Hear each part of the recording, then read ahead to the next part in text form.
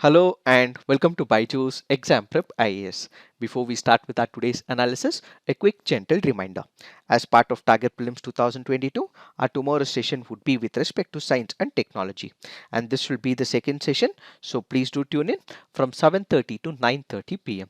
This session will be handled by Rajesh sir. Let's get started and look into the first article. The first article says, this Delhi High Court split verdict needs to be resolved. Let us try and understand what is this article all about. This article here is speaking about marital rape. What is the context? A division bench of the Delhi High Court recently delivered a split verdict. This happens to be a division bench. What is a division bench? It is where two judges are hearing a particular case. What is a split verdict? It is that particular verdict where one of the judges is in favor of the exception to the marital rape under section 375 of the Indian Penal Code. The other judge is against this exception and calls this unconstitutional in the section 375 of the Indian Penal Code. Let us try and understand what are these exceptions. Let us look at arguments in favor of this exception and against this exception. First, we have to understand one of the words called as intelligible differentia. This basically means difference capable of being understood. What is this intelligible differentia? Let me explain this with the help of an example. Let's say you have a categorization that you're trying to make so that the law is able to provide one set of advantage to a certain section of the people over the other because there is an inherent bias against the other. Let me give you an example. Let's say you're able to differentiate man and a woman. A woman historically has been abused by this so-called patriarchal society, and as a result you are differentiating man with a woman so that you can provide some of the means and mechanisms for the empowerment of the women. So what is intelligible differentiator? You are categorizing all the men and the women are humans, but in this particular section you are segregating men into one compartment, women into another compartment, so that you can make use of the tool of law so that ultimately you empower the women, because historically there has been some injustice served on a particular community. You basically make use of this differentiation. All of us are humans, but making use of this differentiation is what is called as intelligible differentia. Intelligible, which basically means you're applying your mind, and differentia, you're distinguishing, and so you have a compartmentalization, you have a segregation. This compartmentalization, this segregation on an intelligible basis is what is called as intelligible differentia. So what does the Supreme Court say about it? When we go back to the year 1983, we have one of the landmark judgments called as DS Nakara and others versus the Union of India. So the Supreme Court said that the term intelligible differentia distinguishes reasonably between persons or things that are grouped together from those that are left out of the group. So there is a particular group where you are segregating them, and there is another group which you are placing it aside so that you can make use of the tool of law so that you can empower a certain section of the community, or you are segregating them so that you would be able to provide justice to certain community. Then we have another landmark judgment which was Sri Ramakrishna Dalmia and Sri Justice S.R. Tendulkar and others, which was delivered in 1958. So what is this differentia? When we speak about differentia, it also has to give a viewpoint to something called as the rational nexus. What is this rational nexus? Whenever you're segregating group, you have to keep in a viewpoint that there is a particular objective that you're intending to meet. What is this objective? In case of Article 16, let's say for example, you are providing employment to the SC/ST community, or let's say for example, you are providing employment opportunities to the OBCs or any other sections of the society. Why is that you are segregating OBCs, SC/ST community and the general merit? In this particular case, because there was a grave injustice which happened once upon a time, the start is not equal, which is why you are creating this intelligible differentia.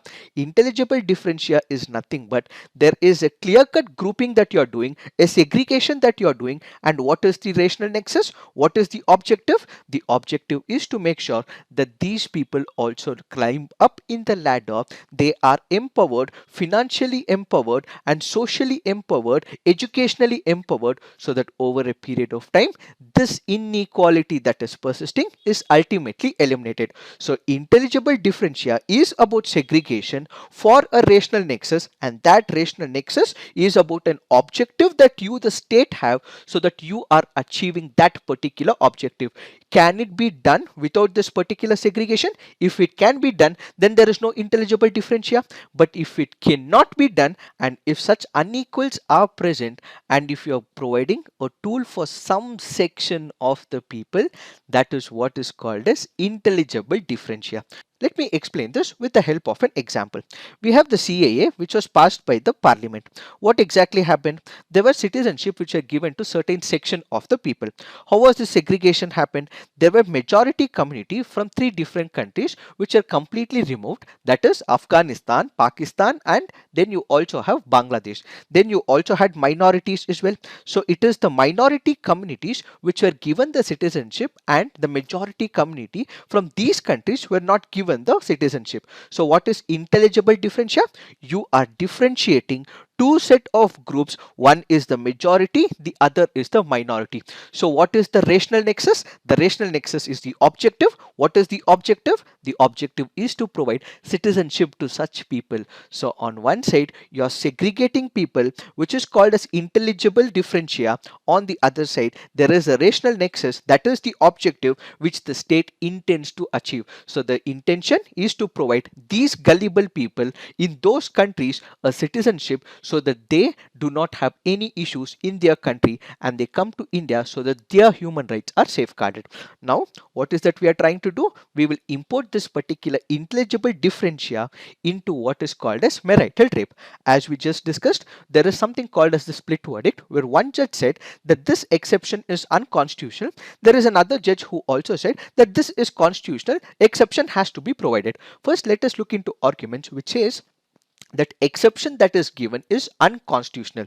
Who was the judge who gave that particular viewpoint? It happens to be Justice Rajiv Shekedar. He goes on to say that the object of law is to punish certain sexual acts when done without consent. In this view, what defines the wrong of rape is its harmful nature and the lack of consent. To this object, he finds marriage irrelevant. So what is intelligible differentia here? We are segregating people. Segregation on what basis? When it comes to rape, we are segregating people, that there is one section of women who are married, the other section of women who are not married. This is intelligible differentia. This is what is called a segregation. So we are segregating women into ones who are married, the other who are not married. So according to Justice Rajiv Shakeda, he goes on to say that this differentia or this distinguishment, this compartmentalization is wrong, and this has to be held unconstitutional. Why does he say so? That is because according to him, rape is a heinous act. Whether the consent is given or not is what needs to be taken into picture, and it is not whether the woman is married or not.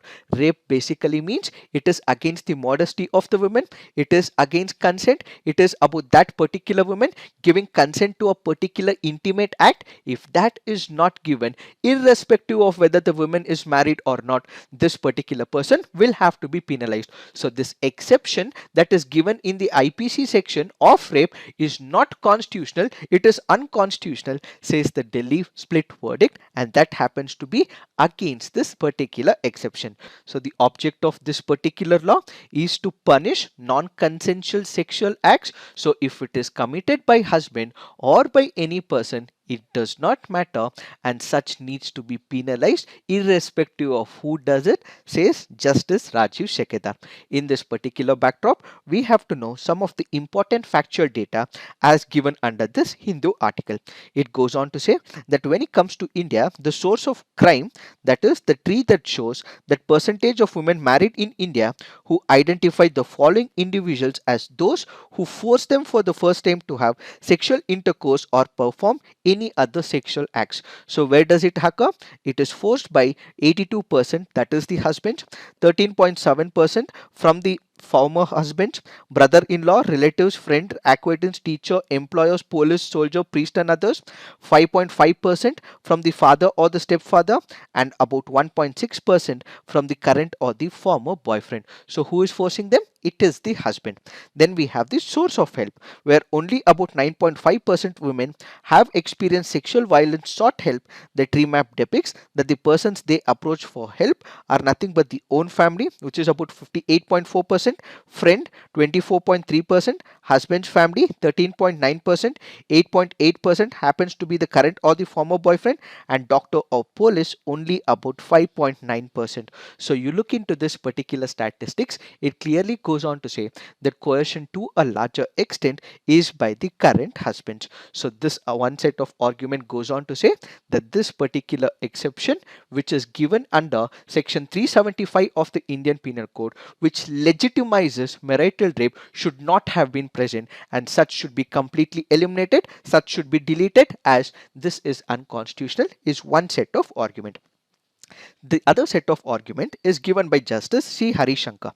He goes on to say, though the object of the main provision is indeed to punish the acts of rape, the object of marital rape exception is to keep the taint of the allegation of rape outside the marital sphere and thereby protect the institution of marriage. So the differential treatment of married and unmarried women is not unconstitutional, says another judge. So basically, he goes on to say that this particular exception given under 375 clearly identifies that there are one section of women called as married women, then there are other section of women who are unmarried. So in order to keep up to this very idea, the very basis of marriage, in order to keep it sacred, this exception has been provided, says the Delhi High Court split verdict. This is where the author says such should not have been done. Why? Because this is against the modesty of the women, and women's sexual autonomy needs to be respected. And whenever it is to do with the marriage, what exactly happens? It is also aggravated by the breach of trust, fearing of continuing violation of bodily integrity and perversity, and this is against the sexual autonomy of the women, says the author. As of now, what we have understood is the arguments given in this particular judgment. But let us take a larger picture. When we speak about the larger picture, there has to be a law which is coming into picture. The exception that is there is unconstitutional. How about looking it from the other side as well? Okay, we are making sure that these exceptions that is removed is completely eliminated. How about also introducing gender neutral laws in India? Whenever arguments are made, we say for the fact that in a developed country like United States of America or in United Kingdom or any other country for that matter, what they have is this marital rape exception is completely removed. But in the same developed countries, they also have laws with respect to the gender neutrality. What do we mean by gender neutrality? Let me explain this. When you speak about POCSO, what exactly happens? It is a gender neutral law. Let's say there is an individual who is less than 18 years of age, whether it is a boy or a girl. In case there is a sexual violence perpetrated against this boy or a girl, whoever does it will be penalized. Let's say there is a boy who is less than 18 years of age.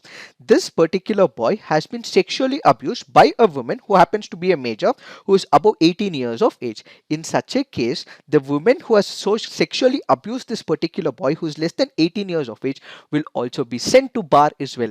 So in this particular case, what exactly is happening? There is gender neutrality.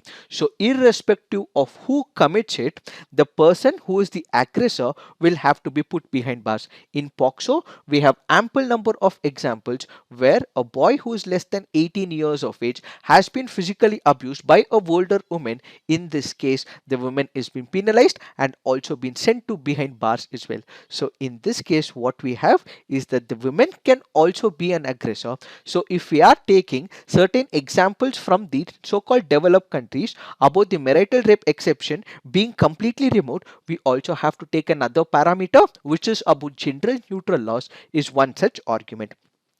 The second argument is we already have enough number of provisions in the Indian Penal Code. We also have laws in India as well. Let's say for example, we have section 498 of the Indian Penal Code which speaks about mental and physical cruelty. Then we also have the Domestic Violence Act 2005 which speaks about mental, physical, sexual violence. Then we have section 377 of the Indian Penal Code which speaks about unnatural sex. So why is that this particular marital law exception should not be considered? That is because there are already enough number of provisions in the Indian Penal Code. One, we have the 498A of the IPC, we have the Domestic Violence Act of 2005, we also have section 377 of the IPC. So if a woman feels that she is abused sexually, she already have enough avenues to go to the police station, file a complaint against her husband, and in this particular case this person who's abused her sexually can be put behind bars. So why remove the exception is the second argument. And when you consider the third argument, this is in reference to section 498 of the Indian Penal Code. What exactly is happening? When you consider section 498 of the Indian Penal Code, what is it speaking about? It is speaking about anti-dowry law. In fact, when we speak about the Supreme Court speaking about this anti-dowry law, it also calls this particular section as a legal terrorism.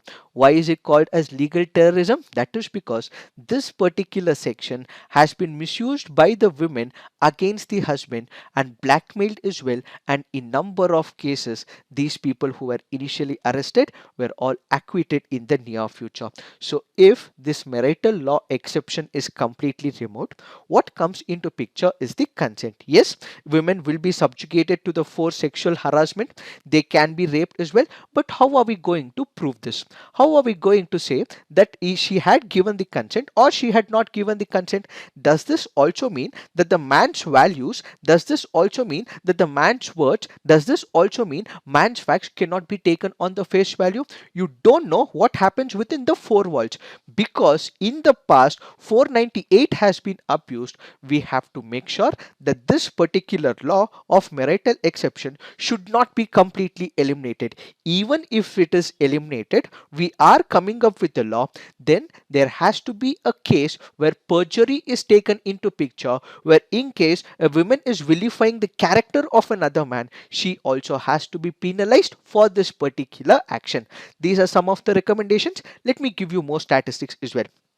If we consider section 498 of the Indian Penal Code, these are the number of cases under section 498 according to NCRB statistics. How many of them were convicted, how many of them were acquitted, how many of them were withdrawn? So when you consider the acquitted ones, it is far in excess. If you consider the percentage, it is only 10% who are convicted, the rest 90% have acquitted. If you consider other crimes in the Indian Penal Code, the conviction rate for the year 2006 is about 42.9. When you consider for the year 2018, it is about 50%. So it is close to 50%. But when you consider under 498A, what you will see, it is close to 10%, 13% in 2018, 15.9% in 2017, 12.2% in 2016. So this basically means there can also be misuse of laws. So when you consider 498, there can be misuse of laws. So similarly, in the near future, if this marital law exception is removed, there can be further problems to the man as well. And we also know for the fact that in India, until a person is proven guilty, he is still assumed to be innocent. But in all likelihood, if a particular person is charged with rape by his own wife, in that case his reputation would be at stake. All that he has gathered for the last few years would have been completely eliminated, and what we will also see is the character assassination of this particular person. We also have ample examples in the recent past as well, where a woman alleges physical assault by another man, and eventually down the lane there is acquittal of this particular man as well. So how is that we can overcome this particular issue? Now that it has gone to the Supreme Court in all likelihood will give its judgment as well. But what is that we have to do? This is ultimately left to the legislature. So even if the legislature is coming up with a law where it is removing this particular exception, in that case, if it it is about vilification of a man, if it is about character assassination of a man, if it is about a complaint which is false in nature, in that particular case, we have to make sure that this particular person who has complained falsely should also be prosecuted as well. Suitable safeguards will also have to be provided to the men community, is what is this article or the other side of argument. Now let's look into the next article. This article says Finland's bid to join NATO. There is another article called as Fuel to Fire. Both these articles speak about the same issue, which is about Finland joining NATO. Let us try and understand what is this article all about. When we look at the security dynamics of Europe, Finland's Prime Minister had insisted that her country was unlikely to join NATO a previous few months. What did she say? She wanted to have a cordial relationship with Russia. She wanted to have a friendly relationship with Russia, and as a result, Finland's Prime Minister had previously said that they did not want to join NATO. But everything started changing. The perception started changing once Russia started invading Ukraine. So because of the Russian invasion of Ukraine, what we now have is Finland wanting to join NATO. When you consider Finland in the past, it wanted to have a complete neutrality. Even under Cold War years as well, it did not tilt in favor of the United States of America, nor it tilted towards the Soviet Union as well. All it wanted to stay out was of the military alliances. It did not want any military alliances whatsoever. But because of this perceived threat from Russia, what we now have is Finland wanting to join NATO. And as a result, it has made an application, and if all countries of NATO and if NATO accepts it, Finland will be the member of NATO. If we consider the statistics, according to the public poll conducted by Finnish broadcaster YLE, 76% of the Finns favor joining the NATO alliance. This number used to be around 25% for years before the invasion. So now the question is, why are they entering NATO? Now the question is, why is that they want to be part of NATO? That is because when you consider Finland, they consider that if they become the part of NATO, this is about the defensive nature. This is not about threatening Russia, because Russia is too huge a nation. They would not be able to threaten Russia, but this is just for the security of the country. So most of the smaller countries that are in the periphery of Russia are afraid of Russian military power. They are not going to threaten Russia, but they are scared, and as a result, what are they trying to do? They are trying to defend themselves against the attack on its territories so that they would be able to protect themselves. If you look into Russia, Russia also has a close borders with Finland. It also has borders with Sweden as well. So we understand that since Finland has borders with Russia, since it has to protect itself, which is why it has taken this particular stand that it wants to be part of NATO. When you consider the historical picture, Stalin had invaded Finland in 1939, demanding more territories. Though the Red Army struggled in the initial phase of the war, it forced Finland to sign the Moscow Peace Treaty, ceding some 9% of its territory. The historical past has also shown that Russia has been an aggressor state. Back then, it was a Soviet Union. So in that particular case, certain territories were captured, and now Russia has invaded Ukraine. So in all likelihood, they are in an apprehension that they may capture some of the territories of Finland. To keep this away, what Finland has done is it has joined NATO. So NATO membership will only strengthen the country's security and the defense system. And also remember, when we speak about NATO, there is one of the important articles called as Article 5, which speaks about collective defense.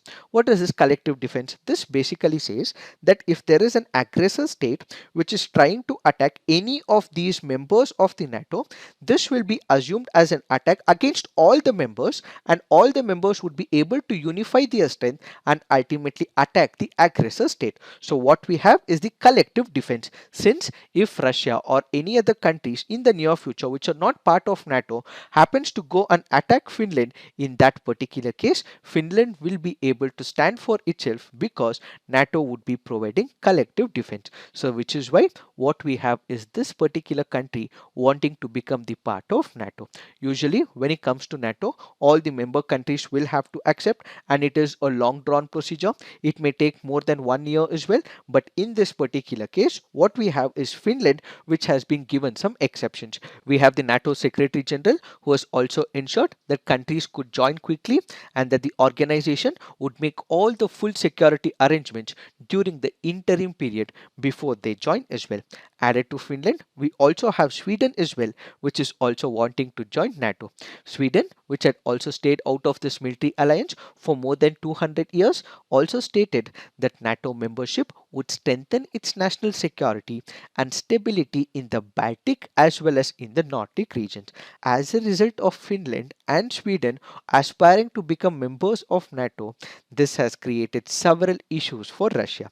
What are these issues? President Vladimir Putin believed that if we start attacking Ukraine, there will be no expansion of the NATO forces. However, in what could be a military blunder as well as a political disaster for Russia, this is not only making sure that more countries are tilted towards NATO, but it also means that there'll be more missiles in the near future with these countries as well. So what Vladimir Putin believed, that if he attacks Ukraine, other countries, it will act as a deterrent effect. They will not join NATO. But in this particular case, because he attacked Ukraine, multiple other countries like Finland as well as Sweden are tilting towards NATO. So this happens to be a military blunder. This also happens to be a political blunder. And when we speak about this particular country joining NATO, it strengthens the Western unity and resolves the military preparedness as well. So in all likelihood, it is redrawing the Europe security map in the east. There are other set of concerns for Russia as well.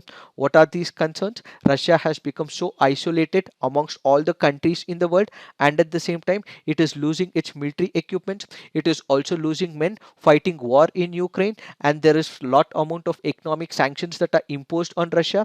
This is bleeding it economically as well, and a number of corporations have also left Russian space as well. These are some of the associated concerns for Russia. As a result of Finland aspiring to join NATO, we have the Russia's foreign ministry which has said that they will be forced to take military actions if the membership materializes, and said that Finland should be aware of its responsibilities and consequences of such a move. Meanwhile, while all of this is happening, there have been reactions from other countries as well.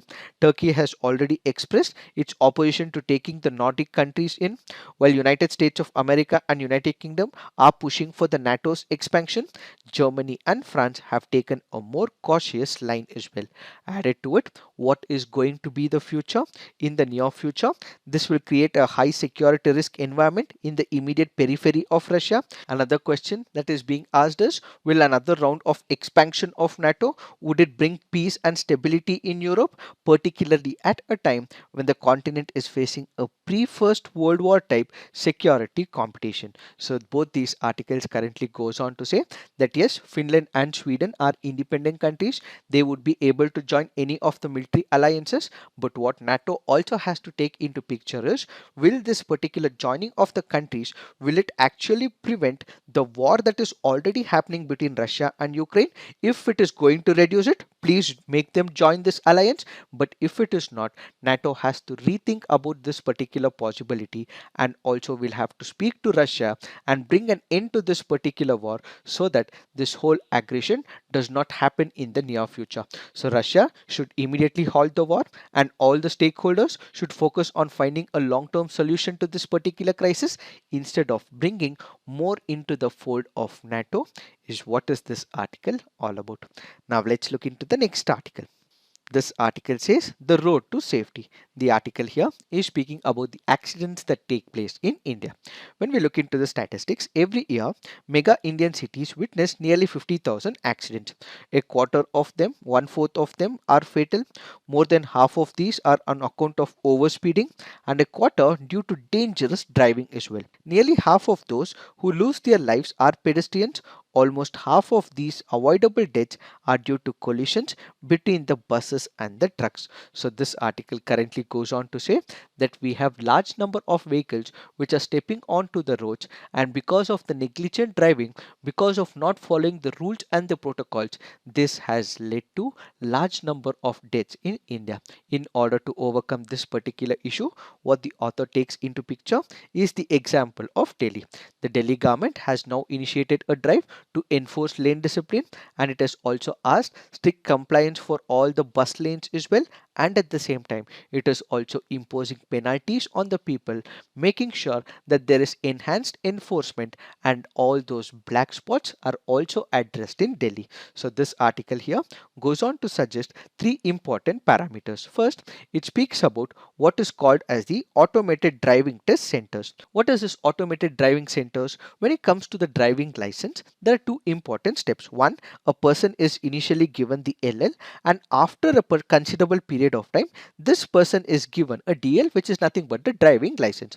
When it comes to the learner's license, what exactly happens? A person should have a basic understanding of the traffic rules. He has to know what a particular sign stands for, and after a considerable period of time, this person will go for the driving license test. So this driving license test is completely automated in Delhi, is what is this article speaking about. So when it comes to Delhi, what have they done? They have the following features, which is about access control, entry and exit, face recognition system and biometric, fully automated test tracks, instant track and test results, capacity of 300 tests per day, video analytic technology, exit corridors at each test track, as well as facilities for the driving test as per the central motor vehicle rules. So when it comes to the driving license, if there are tests that are conducted, there can be corruption in the traditional system as well. So if a person does not know to drive, and in few exceptional cases, if they are also rich as well, they are able to bribe that particular inspector and they were able to get what is called as the driving license. But in this particular case of automated system, everything is automated and the corruption will be comparatively less. So what the Delhi government has done, what we are seeing in the national capital, is this particular making driving license system more transparent and efficient. So this happens to be the first step. So such a mechanism should be introduced everywhere so that this accident because of the driving license issues can be comparatively reduced. So that's the first recommendation. The second recommendation says buses must stick to their lanes and stop at designated bus stops. This would require a free passage in the bus lane, which people tend to clutter by parking their vehicles or street vendors use for their brisk sales. And auto rickshaws and taxis encroach on the bus shelter, soliciting passengers on their way home. So this basically means that in a particular city, if there is a bus lane, the same will have to be used only by the buses and other section of the people will not have to use it. And even in this particular case, there are auto rickshaws, taxis. These people will also have to be provided a suitable place where they would be able to take care of their passengers. So such accommodation will also have to be taken into picture for the road safety, says the author. The third recommendation is the enforcement of traffic discipline, which involves multiple agencies: the road owning agency, the municipal body, the traffic police, and the transport enforcement wing. So this is not only the responsibility of one single agency, so multiple agencies also picture in. If there is a deterrent effect, obviously what we will have is reduction in the accidents. What does the author say? The author currently goes on to say that we have to employ technologies, we have to employ artificial intelligence, we have to employ speeding cameras as well, and we also need to have traffic cops as well. Whenever you have these speeding cameras, in case they are able to capture that a particular person has violated a threshold speed, in that case challenge will have to be sent to that particular person, and the penalty should be comparatively high such that it acts as a deterrent effect. And the traffic cops, in case someone is violating the traffic rules, they should be also penalizing the people so that this can act as a deterrent effect. And finally, we have to improve the efficiency of the public transport.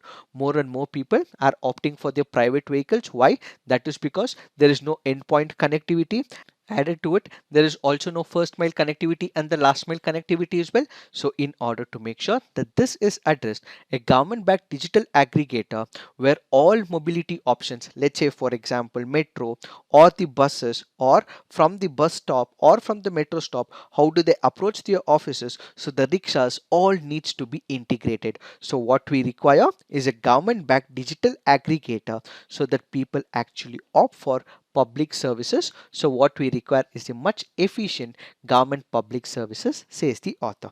If we are able to come up with all these measures, we would be able to mitigate the impact of accident, is what is this article all about. Now let's look into the next article. This article says understanding long COVID and its effects. What is this long COVID? Let's say there is a person who was infected with this particular virus. Ideally, there is a particular recovery rate. This person should not have any symptoms after a particular period of time, but even after recovery from COVID, there are its effects that that particular person feels, and this is not due to any other disease. That is what is called as long COVID. So if there is a particular person who had suffered with COVID-19 and this particular effects continues for more than 12 weeks and are not explained by alternative diseases or diagnosis, that is what is called as long COVID. So basically, if we are speaking about post COVID, it is that particular person suffering from all the effects of COVID for up to 4 weeks after the infection. But if we are considering long COVID, it basically means 12 weeks past the COVID-19 infection. So what are the effects? When we speak about the effects, it includes skin rash, sleep difficulties, fatigue, muscle weakness, hair loss, joint pain, palpitations, dizziness, cough, headache, sore throat, chest pain, smell, taste disorders, anxiety disorders, and mobility issues. What is the status of long COVID in India? The government of India developed its own national comprehensive guidelines for the management of post-COVID sequelae. This document sets out detailed techniques to treat post-COVID complications affecting cardiovascular, gastrointestinal, nephrological, neurological, and respiratory systems. Several hospitals set up COVID watch to treat persons who complained of what seems to be post-COVID symptoms. If we have to take the example, according to Indraprastha Apollo Hospital, they go on to say for those people who are suffering from COVID-19 in the second wave, those people have experienced 4 times more long COVID conditions than those who were impacted by the first wave. The doctors further go on to say people who have contracted this particular virus in the second wave showed multiple symptoms, including high grade fever, diarrhea, and severe lung infection. They also added that even after a year of testing positive, the road to recovery for patients have been very difficult, with acute weakness and fatigue plaguing their everyday life. So what is that we understand with long COVID? If a particular person has been infected with this particular virus, even after 12 weeks of this particular infection, if a person is suffering from any of the effects of the COVID, that is what is called as long COVID. Now let's look into the mains practice question. The marital rape exception creates a legal fiction where even if all the requirements for rape are otherwise fulfilled, the law deems not to be rape if the parties are married. Do you think marital rape law is necessary? Justify. The focus of NATO must be on ending Russia's territorial aggression and not on expanding NATO. Analyze. So please write all your answers on the comment section, peer review, and do give positive feedback to your friends' answers. So this is it for today. Thank you for watching. All the best.